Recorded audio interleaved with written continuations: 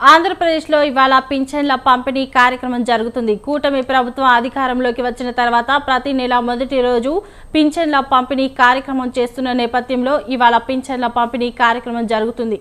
వృద్ధులకు, వితంతులకు 4,000 రూపాయలు, దివ్యాంగులకు 6,000 రూపాయల చొప్పున పింఛన్లు పంపిణీ చేస్తున్నారు.